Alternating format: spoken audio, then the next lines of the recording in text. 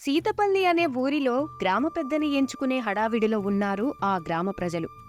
అందుకే ఆ ఊరిలో మంచి మనిషిగా పేరున్న రాములమ్మని తమ గ్రామ పెద్ద స్థానంలో కూర్చోబెట్టడానికి ఆ ప్రజలంతా ఏకగ్రీవంగా అంగీకరించారు.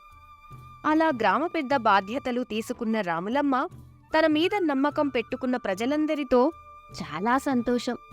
నా మీద నమ్మకంతో నన్ను గ్రామ పెద్దని చేసిన మీ అందరికీ ధన్యవాదాలు. ఈ శుభ సందర్భంలో నేను తీసుకోబోతున్న నిర్ణయం మన ఊరిలో ఎందరో కష్టాలను తీర్చడంతో పాటు మన గ్రామాన్ని మిగిలిన గ్రామాల వాళ్ళు ఆదర్శంగా తీసుకునే విధంగా ఉండాలని నా ఆశ. ఇంతకీ ఆ నిర్ణయం ఏంటి రాములమ్ముదినా? క్షమించండి గ్రామ పెద్దగారు. అయ్యో, నేను గ్రామ పెద్దనే కాని మీలో ఒకదాన్ని కాకపోలేదు. అందుకే మీరు ఎప్పటి వరుసల్లోనే పిలవచ్చు. ఇంతకీ నేను తీసుకున్న నిర్ణయం ఏంటంటే, మనలాంటి సామాన్యుల జీవితాల్లో అవసరానికి చేసే అప్పు చాలా ప్రాధాన్యం. అందుకే ఆ అప్పుని అవసరమున్నప్పుడు వడ్డీతో పని లేకుండా తీసుకుంటాం. చివరికి కట్టాల్సొచ్చినప్పుడు తిప్పలు పడుతుంటాం. అందుకే మన ఊరిలో నేను ఒక రుణ నిధిని ఏర్పాటు చేస్తున్నాను. ఇందులో మన ఊరిలో కాస్త డబ్బున్నవారు, వ్యాపారాలలో వ్యవసాయాలలో లాభాలు చూస్తున్నవారు తమకి వచ్చిన రాబడిలో కొంత భాగాన్ని ఈ నిధిలో జమ చెయ్యండి. ఆ నిధి నుండే ఇక్కడున్న బీదా బిక్కి తీసుకునే చిన్న మొత్తాల అప్పులు ఇవ్వొచ్చు. దానికి వారి తాహతకు తగ్గ వడ్డీని తీసుకుంటే అనవసరంగా వడ్డీ వ్యాపారుల బారిన పడి నష్టపోనక్కర్లేదు. ఆలోచించండి, ఆ నిధి అవసరం ఎప్పుడైనా మీలో ఎవరికైనా రావచ్చు. అందుకే నిజాయితీగా కొంత మొత్తాన్ని ఆ నిధికి ఇవ్వండి అని చెప్పడంతో ఊరి జనం ఆ ఆలోచన గురించి చర్చించుకుని రాములమ్మ ప్రతిపాదన సరైనదే అని నమ్మడంతో దాదాపు అందరూ ఆ రుణనిధికి తమకి తోచినంత ఇచ్చారు. అలా చేరిన డబ్బు ఒక పెద్ద మొత్తం అవ్వడంతో రాములమ్మ కూడా చాలా సంతోషించింది. కాని ఆ ఊళ్ళో పుల్లమ్మ అనే ఆవిడ ఒకరోజు రాములమ్మని కలుసుకుని, అమ్మా గ్రామాధికారమ్మా, పక్క ఊరిలో ఉన్న నా కొడుకుకి చాలా పెద్ద జబ్బు చేసిందమ్మా. ఆడిని కాపాడుకోవాలంటే డబ్బు కావాలి. అందుకే ఓ 1000 రూపాయలు ఇప్పితే ఏదోలాగా అప్పు కట్టేసుకుంటారమ్మా. అయ్యో, ఇలాంటి అత్యవసరాల కోసమే పుల్లమ్మ ఆ రుణనిధిని ఏర్పాటు చేసింది. ఆగు, నువ్వడిగిన పైకం తెచ్చిస్తాను అని లోపలికి వెళ్లి డబ్బుతో పాటు ఒక పత్రాన్ని కూడా తీసుకొచ్చి సంతకం తీసుకుంది. అలా ఆ 1000 రూపాయలని తీసుకుని ఇంటికి వెళ్లిన పుల్లమ్మతో ఆమె కొంగుచాటు భర్త, ఒసై పొల్లమ్మ, ఇది సానా అన్నాయమే. ఇప్పుడు మనకంత కొంపలే మునిగిపోయాయని అబద్ధం చెప్పి ఆ డబ్బట్టుకొచ్చావు. ఏంటయ్యో, ఊరుకుంటున్నాననా నోరు మా జోరుగా లేత్తాంది. ఏది మంచో ఏది చెడో నాకు తెలీదా? ఆ ఎర్రిబాగుల రాములమ్మ తక్కువ వడ్డీకి ఇచ్చే డబ్బు నేను పక్క ఊరిలో బారు వడ్డీకి తిప్పుతాను. ఆ వచ్చే వడ్డీలో ఇక్కడ కట్టాల్సిన వడ్డీ ఎంత చెప్పు? అందుకే నేను చేసేది సూత్తా కూసో. ఈ ఇసయం బయటికి పొక్కిందనుకో, ఏ కోడికూరలోనో ఇసం కలిపి పెట్టేత్తాను, జాగ్రత్త అని భర్తని బెదిరించింది. ఈ విధంగా బీద ఏడ్పులు ఏడ్చి తెచ్చుకున్న డబ్బుని పక్క ఊరిలో అడ్డంగా పెంచిన వడ్డీకి తిప్పుకుంది పుల్లమ్మ. అలా కొంతకాలం గడిచిన తరువాత ఒక పంతులుగారు తను తీసుకున్న అప్పుని జమేసి ఆ పత్రాన్ని రద్దు చేయించుకుని రాములమ్మతో, నిజంగా రాములమ్మ, నువ్వు చేసినటువంటి ఆలోచన ఉంది చూశావు, అది అమోఘం. ఈ అవకాశం ఉండటం వలనే నేను నా కూతురికి చక్కటి సంబంధం చూసి ఘనంగా పెళ్లి చేయగలిగాను. రావలసిన డబ్బు చేతికి రాగానే ఇదిగో అప్పు గట్టేసి రద్దుపత్రం తీసుకుపోతున్నాను. ఒక్క మాట చెబుతాను రాములమ్మ, మీ ఆడవాళ్లకుండే బుర్ర మా మగవాళ్లకి ఉండదని నిరూపించావమ్మా. భలేవారే అన్నయ్యగారు, ఇందులో నేను చేసిందేమీ లేదు. ఒక ఇల్లాలిగా ఇంటిని నడుపుతున్నప్పుడు నాకు వచ్చిన ఆలోచనే ఈ రుణనిధి.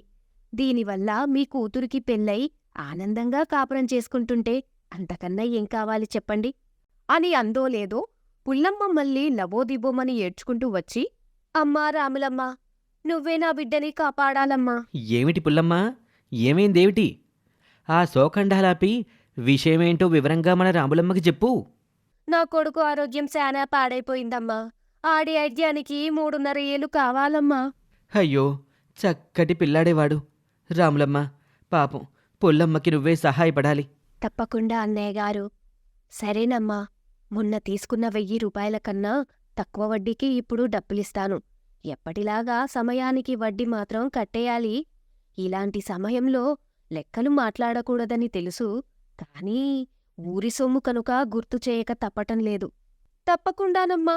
నా బిడ్డ బాగుంటే అదే సాలు అని అనడంతో రాములమ్మ మళ్ళీ లోపలికి వెళ్లి డబ్బు తెచ్చి కొత్త అప్పుని ఆ పత్రంలో నమోదు చేసి మళ్ళీ పుల్లమ్మ సంతకం తీసుకుంది. అలా తీసుకెళ్లిన డబ్బుని తన ఇంట్లో పెట్టెలో భద్రంగా పెట్టింది పుల్లమ్మ.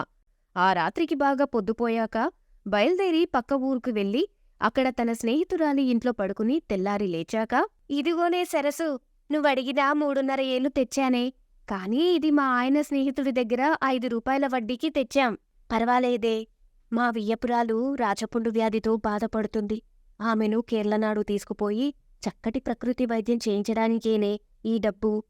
నీకు వడ్డీ సమయానికి కట్టేస్తాము అని చెప్పి ఆ పూటకి ఆ ఇంట్లోనే ఉండి తన కక్కుర్తి కొద్దీ కోడికూరలు అవి వడ్డించుకుని తినేసి సాయంత్రానికి తమ ఊరికి వెళ్ళిపోయింది. అలా రాత్రి అవుతున్న సమయంలో రాములమ్మ పుల్లమ్మ ఇంటికి వచ్చింది. అప్పుడు పుల్లమ్మ భర్త కనపడడంతో, ఏమన్నయ్యగారు, పిల్లాడికి ఇప్పుడు ఎలా ఉంది? కోలుకున్నాడా? అనేసరికి పుల్లమ్మ భర్తకి గొంతులో వెలక్కాయ పడింది. తన భార్య అబద్ధమాడి తెచ్చిన డబ్బు విషయం ఎక్కడ బయటపడుతుందోనని, తాను ఎక్కడ నిజం చెప్పాల్సొస్తుందో అని తటపటాయిస్తూ, అబ్బబ్ అది ఆ విషయం మా యావిన్నడుగమ్మా చెప్పుద్ది. నాకు సంత పనుంది, బయటికెళ్ళాలా. ఇంతలో పుల్లమ్మ బయటికి రావడంతో, అదేంటమ్మా, పిల్లాడికి ఎలా ఉందంటే బదులివ్వకుండా అలా వెళ్ళిపోతున్నారు అన్నయ్యగారు? అది అది ఆయన అంతే రాములమ్మ, అదో తరహా మడిసి.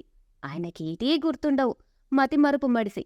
అందుకే పిల్లాడి సంగతి ఆయనకి చెప్పలేదు అంటూ కంగారు పడుతూ చెప్పిన జవాబులో రాములమ్మకి ఏదో అపశృతి వినిపించింది. అప్పటికి అక్కడ నుండి వెళ్ళిపోయిన పుల్లమ్మ కదలికల మీద నిఘా పెట్టింది. అందుకే ఆమె పక్క ఊరిలో ఎక్కడికి వెళ్తుంది, ఎవరిని కలుస్తుంది, అసలు ఆమె కొడుక్కి ఎక్కడ వైద్యం చేయిస్తుంది, ఇలా అన్ని విషయాల మీద ఆరా తీయడానికి ఒక మనిషిని నియమించుకుంది. ఆ మనిషి పక్క ఊరిలో ఇంటింటికి తిరుగుతూ పూలమ్ముకునే ఆమెని కలుసుకున్న రాములమ్మతో ఆ పూలపిల్ల తనకున్న నత్తితో ఇలా చెబుతుంది. అమ్మగారు, మీరు చెప్పింది నిజమండి. ఆ పుల్లమ్మ మా ఊళ్ళో ఉన్న సరస్వతమ్మ స్నేహితురాలు. అందుకే ఆమెకి డబ్బు అప్పుగా ఇచ్చిందంట. వడ్డీ 5 రూపాయలంట అని చెప్పేసరికి రాములమ్మకి విషయం అర్థమైపోయింది. అప్పుడు ఇలా అంటుంది, అంటే ఈ పుల్లమ్మని నేను అనుమానించింది నయమన్నమాట. ఆ ఊళ్ళో తక్కువ వడ్డీకి అప్పు తెచ్చి ఇక్కడ బారు వడ్డీకి ఇచ్చి నేను మంచి కోసం పెట్టిన అవకాశాన్ని తన స్వార్థం కోసం వాడుకుంటుందన్నమాట. ఈ పుల్లమ్మకి ఎలాగైనా బుద్ధొచ్చేలా చేయాలి అనుకుని పైకి ఆ పూలమ్మాయితో, చూడమ్మా, నాకు ఇంకొక సహాయం చేసి పెట్టాలి. భలేవారమ్మా, చెప్పండి, చేస్తాను అని చెప్పడంతో తన ఆలోచనేంటో ఆ పూలమ్మాయి చెవిలో చెప్పింది. అలా 3 నెలలు గడిచిన తరువాత పుల్లమ్మ ఎప్పటిలాగానే ఇక్కడ తక్కువ వడ్డీ కట్టేస్తుంది.